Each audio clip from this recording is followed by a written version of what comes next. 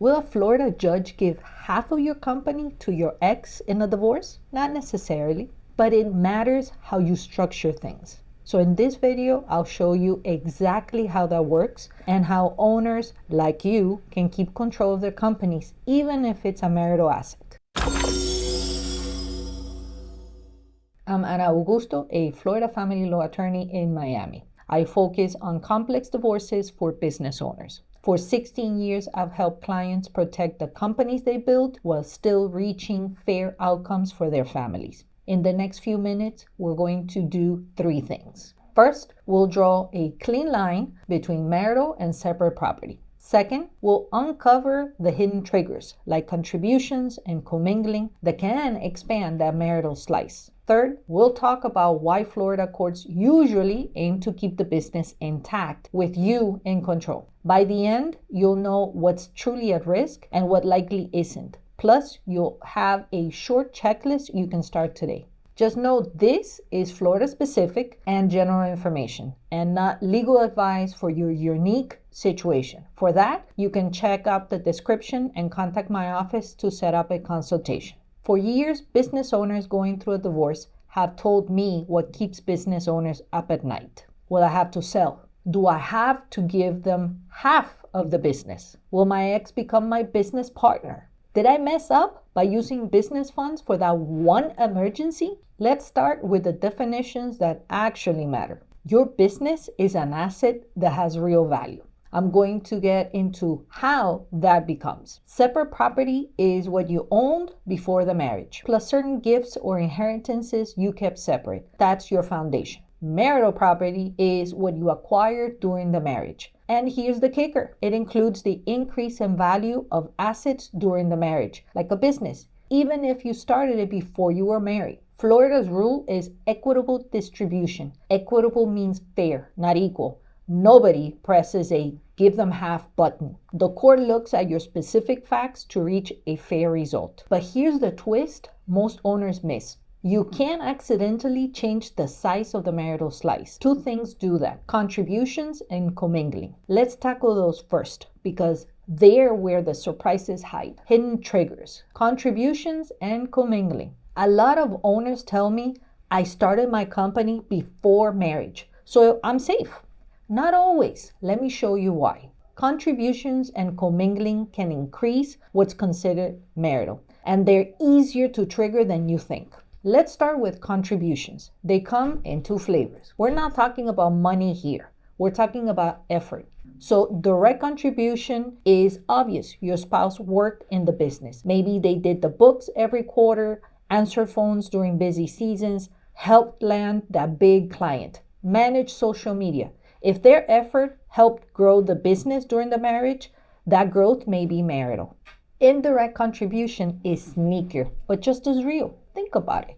Your spouse managed the entire household so that you could work 70-hour a week. They handled every school pickup, every doctor appointment, every soccer practice. They took the stable W-2 job with benefits while you reinvested everything. They moved 3 times for your business expansion. That support freed you to build the company, and courts recognize that. Now let's talk commingling. Commingling happens when you mix business, personal, and marital money. Here's what it looks like in real life. You use joint savings to buy new equipment, just this once. Becomes a pattern. You pay the mortgage from the business account. I'll true it up later. But you never do. You deposit business checks into your joint personal account. Seemed convenient at the time. You add your spouse to the business credit card. They needed it for that one trip. You put your spouse on the business bank account. The bank suggested it for convenience. Each move seems small, but patterns matter. Over time, that mixing can convert separate value into marital value, especially if your records are messy. Here's what to do this week. First, create a contributions timeline. Take a blank page, draw a line from your wedding day to today. Mark when your spouse helped, directly or indirectly. 2018, summer, run payroll while I was at a trade show. 2020 to 2021, handled all remote schooling so I could keep doors open. 2022, took over all household finances during expansion. 2023, helped interview and train new staff. Be honest. You're mapping reality, not building a case yet. Second, run a commingling audit. Look for money paths in both directions. Money in from marital sources, use $10K from joint savings for equipment down payment, spouse's bonus covered slow season payroll. Money out to personal uses. Business paid for family vacation, company card for groceries, happen monthly. For each one, ask, can I trace this with documents? Can I show it was a loan, not a gift? Can I prove I paid it back? If the mixing was small and traceable, your lawyer can often minimize the impact. If it was frequent or fuzzy, flag it now. Better to know than be surprised. Here's the good news. Knowledge is power. If contributions were minimal and records are clean, the marital slice stays narrow. If there was mixing, documenting it now helps your lawyer tell the real story, not the worst case story your spouse's attorney might imagine. Now, let's answer the big question. What's actually marital? Marital versus separate. Drawing the line. Divorce doesn't start at 50-50. It starts with figuring out what's actually marital. Here's a basic rule. If you own the business before marriage, the wedding day value is generally separate.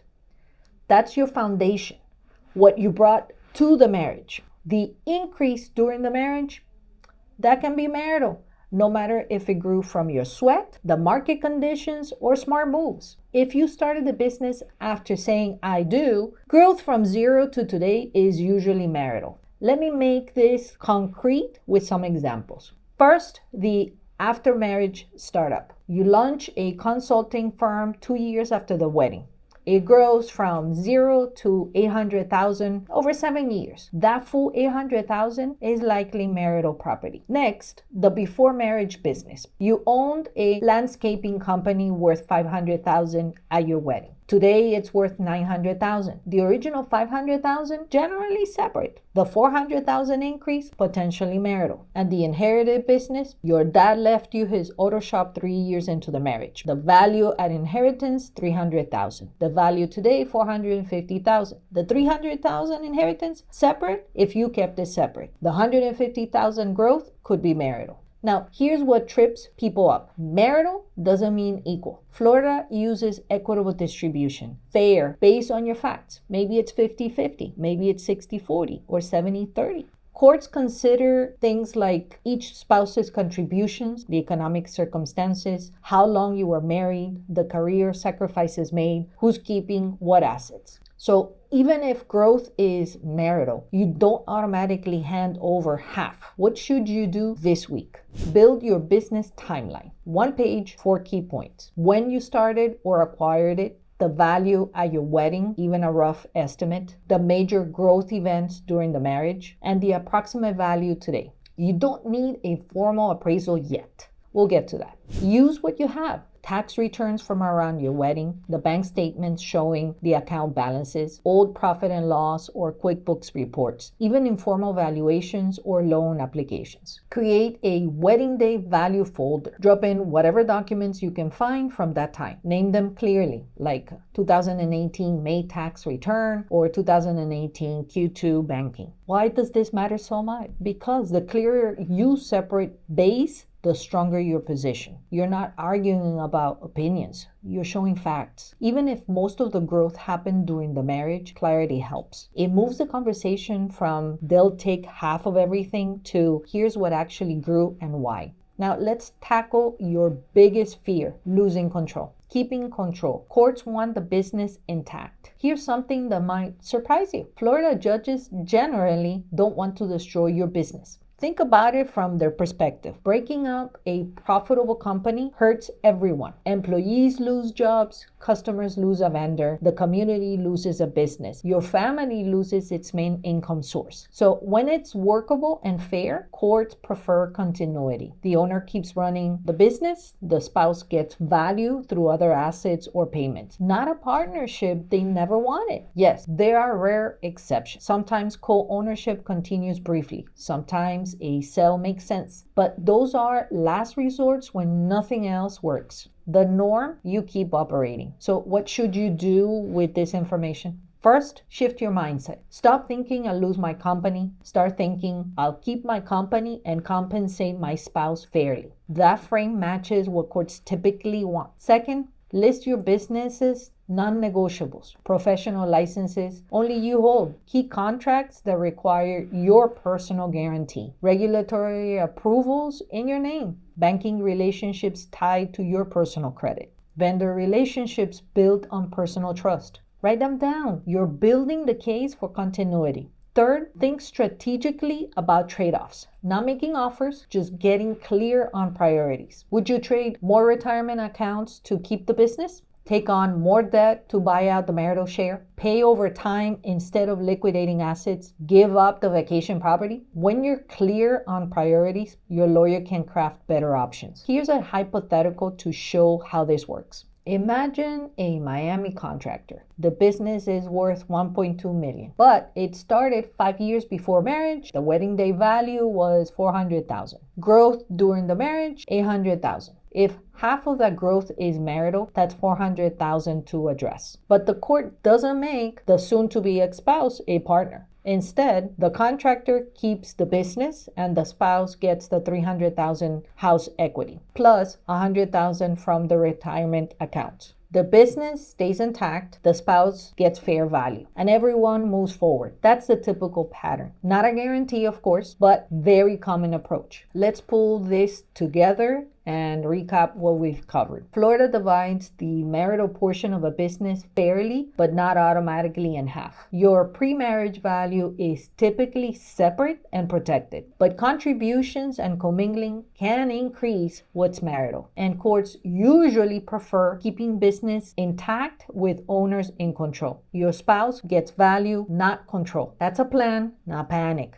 Want to lock this down with tools? Grab our free Florida Business Owner Divorce Readiness Kit at the link in the description. Inside, you'll find the pre-marriage value worksheet to establish your baseline, a commingling do-don't checklist to clean up money habits now, and more. Use the worksheet to gather those wedding-era documents. Use the checklist to stop accidental mixing today. You can turn fear into clarity in one afternoon. Let me address the two feelings I hear most. Raw fear, I'll lose everything I've built. But now you know that's not how Florida works. Your pre-marriage base is usually protected. The increase gets evaluated fairly, not grabbed blindly. Courts want businesses to survive. That fear, it's not based on facts. Second, guilt. My spouse did help. Am I screwed? No. Recognizing real contribution is part of being fair. It doesn't mean you lose control. It means their support gets acknowledged proportionally in the division of assets. That's reasonable, not devastating. Here's your homework, 4 specific steps. Step 1, draft your business timeline, pre-marriage value, wedding value, growth spurts, and today's value. Step 2, start your wedding day value file. Any documents from that era, tax returns, bank statements, profit and loss. Step 3, build your contributions timeline and commingling audit. Be thorough. It's better to know now than be surprised later.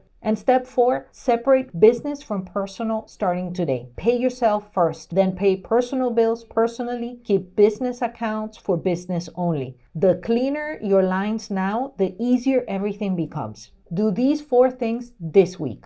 You'll sleep better, you'll speak in facts, not fears, and you'll give your legal team what they need to protect what you've built. In my next video, we tackle the follow-up question. How is that marital portion actually valued? We'll decode business valuations, what fair market value really means, how experts analyze your numbers, and how to prepare so the math reflects reality, not speculation. Until then, I'm Augusto. Grab your readiness kit below, and I'll see you soon.